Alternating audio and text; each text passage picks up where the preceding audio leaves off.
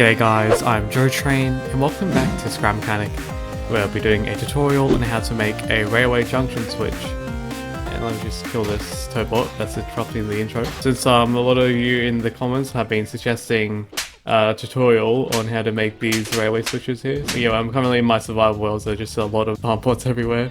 Yeah, I'll deal with this one as well. Yeah, so I made a lot more progress on the survival world. As you can see, I made like the bridge over this water here, and the train line goes all the way to the hideout there.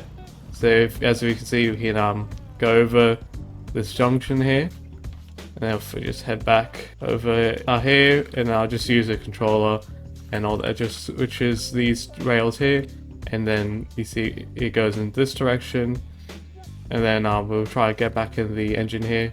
And then we have this tanker wagon. This what I use, and the tanker wagon is what I use for getting the chemicals from the chemical pool.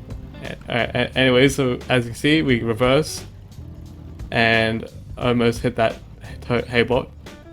And on this track here, geez, there's like so many haybots everywhere. Like, oh, get all there.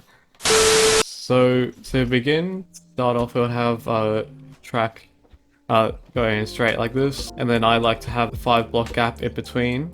And this tutorial can also act as a tutorial for making curves as well, because I'm going to be making a curved junction. So let me just continue this. I ran out of concrete from that, like my entire stack of concrete, so I think I'll use the rusted metal blocks, since I have plenty of those in this chest here. For the rails. Alright, so this is a straight piece of track here, and then we'll make a curved piece of track there coming off here. And to do that, oh, I need bearings. I didn't get bearings. So I got 20 bearings on me, so this hopefully that should be enough. And now to make the corners, I'll just get rid of like a section up here just so it's not in the way. We have it like this. I'll make it 3 blocks off the ground. And then we'll just have make it like a 2-hole, like 32 blocks length of rail, and then we can use the hammer to just rotate it in like so, and then we just use the lift to just stop in place. Oh yeah, and you notice I'm wearing this outfit, the stuntman outfit, because I recently finished the challenge mode, if you couldn't tell. I just decided to wear it. Anyways, let's just continue building this out. Alright, so we want this to be somewhat curved, and then if we want to continue extending the train line, then we put a bearing there, and then we can hit this one with a lift.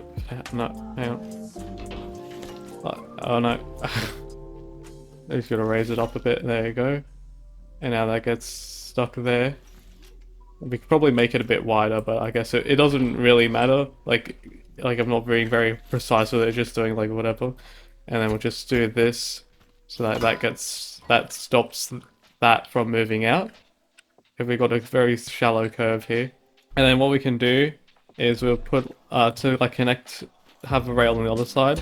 What I like to do is just go like this, and then you can just use these pipes, just connect underneath it like that. Probably I'll put it back here just so it shouldn't be getting in the way of anything.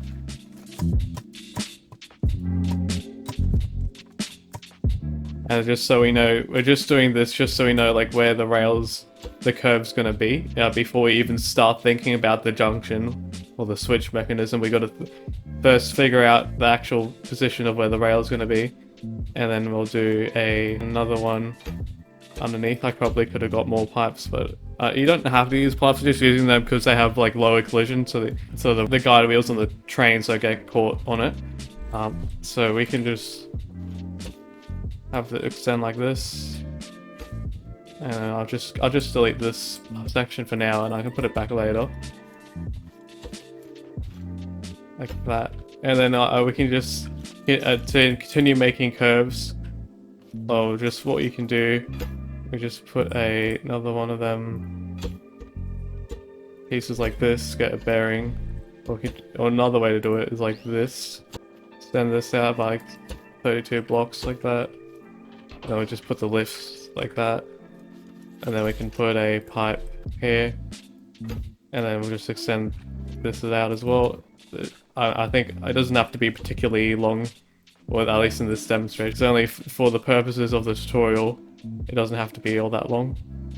And then to keep in place, we can use this on here, and then on the other side as well. Make sure to use the low physics quality on this as well, because it does, like, building trains and like railway track does tend to get laggy. And I'll just put some, oh, it's getting sunset already. I'll just put some like blocks here just to keep these rails in place, like on the edge there, and then you can obviously continue the line to go down like this. That should stay in place, and then this should stay in place like that. It is getting pretty dark. I can always turn the brightness up just so we get able to see it when it gets nighttime. And I'll extend this track a bit as well, just so we have more extra length.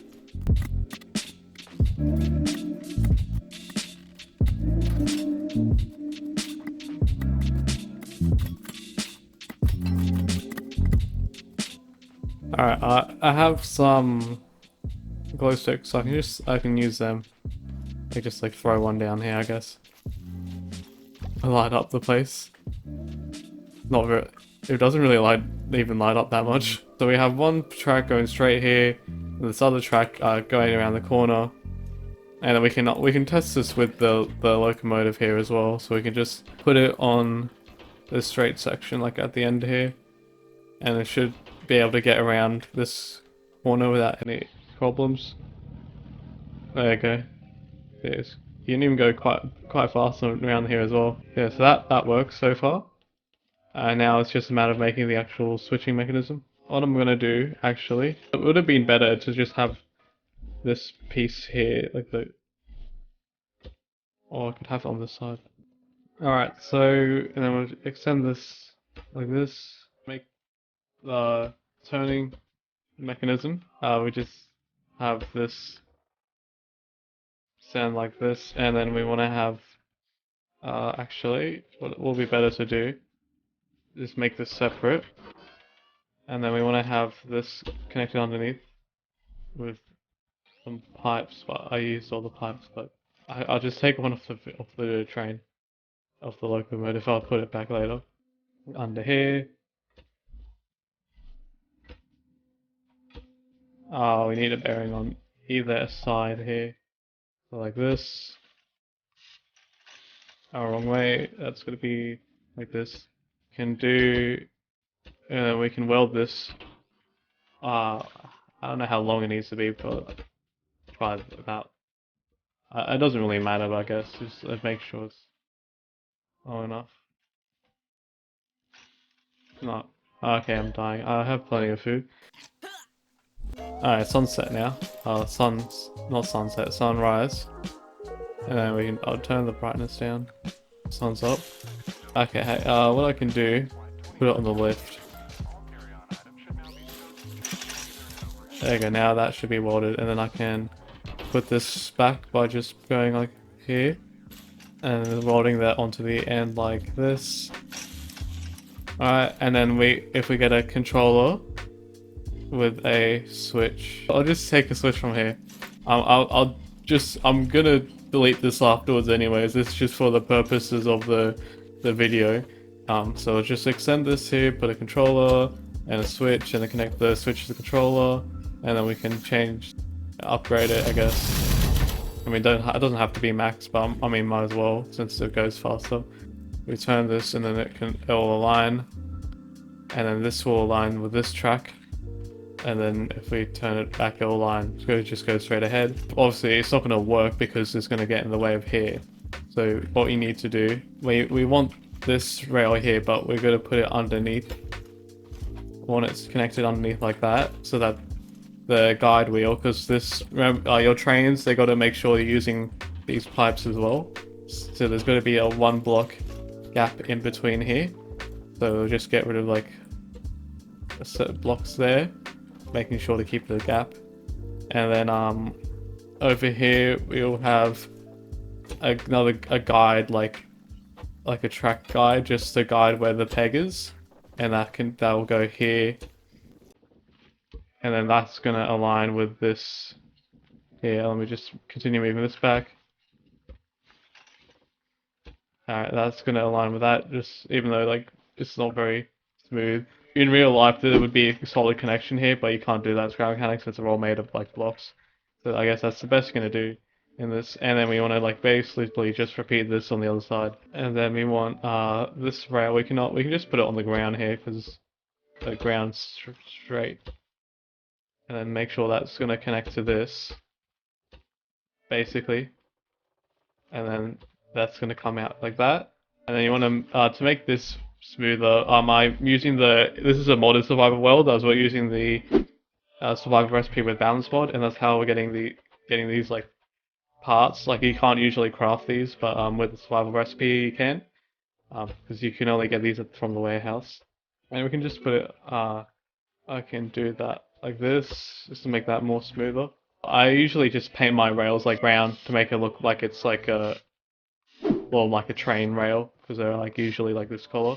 There you go, that's a lot better now. Actually, I have a better idea of what I could do for this. I'll just just move that out the way, and then we have a block under here, and then this can go. Make sure to get the right angle, like there. Yeah. We actually could even do that one block further. There you go. So that fills up that space there, and then oh no, I've just ragdolled. Okay. On here, I'll just use these rust metal blocks since I ran out of a concrete. It doesn't really. You can use any block. It doesn't really matter. I just use concrete because it's a very viable resource to the game. It's pretty strong and has a lot of friction as well, so it's good for like vehicles in it, I guess, for like driving vehicles on it. And at the end, I'll just remove these just to make sure there's like a 1 block gap in there, and it's to make to tell if there's a gap here. If it goes red, that means that it doesn't fit. But I guess it does fit. I guess because it's not turning red. It's just we'll delete that. It's pretty much just the jux of the railway junction here, and then I can extend these back as well, and then we can test a train driving around this. And I'll actually hang on. This should be moved further forward. So let me just I'm gonna have to just re-world this whole thing again, and then we can put it back. Alright, and just to make sure, another thing you can do is just put like a thing like that, so like when the track's switching, it doesn't switch, it doesn't move out of line of the track, and then we can connect this to here, and if we hit the switch, put it on like 15 or 5, I guess. I just hold shift and you can make more incremental changes to the controller. So there you go. And we can test this with the locomotive here, with the DE2 class. And so it's currently set to going forwards. So if we go over here, we should be able to just go forwards, and there we go. And you can notice if we're like here, I was doing it before, but like the train was dipping like sideways, and to fix that, what you can do is you can do a little thing like this. I'll just so that the guide wheels they won't they'll be rise up because they're on with these blocks here, and we can do the same on this side as well. And we can even do another thing of like rails in here, just so that this doesn't like shift. I can't really demonstrate this well. If the train's like traveling down here, and then this will stop the peg. Just imagine this is a peg, it'll stop it from like moving out of place, and this keeps it in place. And then we can do the same on either side. So this is if you actually look at actual train junction switches, this is like very similar to how they are in real life. And we can reverse back here. And these switches, they also enable you to go quite fast as well. Like if I had a bigger, longer set of track. Alright, we're back. So what happened is OBS stopped recording because there was insufficient space on my device, and so I completely lost all the footage of me creating that automatic junction that you can see here. So I'm just gonna like recreate what was lost in the video. What you need 3 logic gates like this, 2 NOR gates, and then an OR gate there, connected like so, and then you have your buttons connected like this. We put the timer next to it, and we put the controller. We can put it there, and we can connect this to the controller, and the controller is going to be connected to this back one back here. How they are connected, because usually these would be separate builds. What I did is, if you go underneath the ground, I put some metal there just to connect it, so you can still wire it up. It's just not like visible above the ground. Anyways, we've set this to 5. You're just holding down shift, and when you press this, oh hang on, it should be the other way. There you go. Then it switches direction, and then we can press this one and switch direction again. And then to do the the sensor things here. So this sensor is also attached on the ground as well. So if we just put the lift down like this, and then we look underneath the world, you can see there's some metal block down there just connecting it up. So that way you can link it without having, an ugly thing of like blocks over the ground. So it looks a lot neater having it under the ground. And then we just connect this into this logic gate down here. So this position is the default straight position, and then this one is the curved position where you want to go around the corner. And then under the train here, we also have another logic gate, and then this is connected into the other, another sensor which is connected into the other logic gate, which is this one. Alright, let's set the track to go straight. And let's say if the train was coming down from the farm over there, which is where this track leads, let's say it was coming down here, and then it will activate the sensor, and you can see in the distance the rails are turning, sets the line to go around the corner. There's some debris on the track here. I was trying to take the thumbnail for the video like an over bird's eye kind of view, so that's why there's like this big pillar here, but just delete that so it's not in the way. Then we can stop here. We can say hello to Aussie Freight Trains, who is going on to just looking at the train driving past, I guess. And then hello. We can hear you in. Okay. Yeah, you don't have to type in chat. Then we can switch it. Do that. Yeah, we can switch the track, and then we can get back in the train here. And then. Would you like a component kit real quick? Sure, I guess. And I'll start in the train. I'm trying to do a tutorial right now. Sorry. It's fine. It's just I'm trying to do one thing at a time, right? Yeah. Anyway, so yeah, and now we're going this track, and obviously if we activate this, it'll set the track to go this way.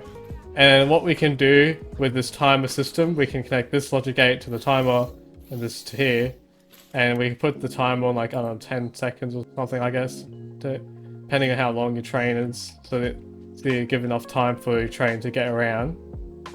I put it for 10 just for the purposes of the tutorial, but as you can see, it's lagging. What are you doing back there, Aussie Freight Trains?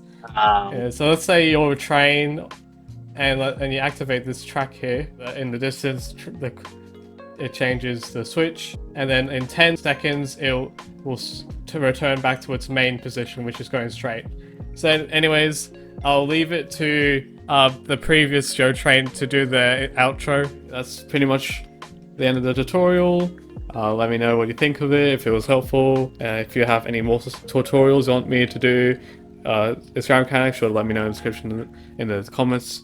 And yeah, next video, I still have way more of those Trains World Survival videos edited, so that I'll probably be, because I'm like really behind in editing videos, because it takes a lot of time, especially for the series like Train World Survival, where we record for like an hour or so.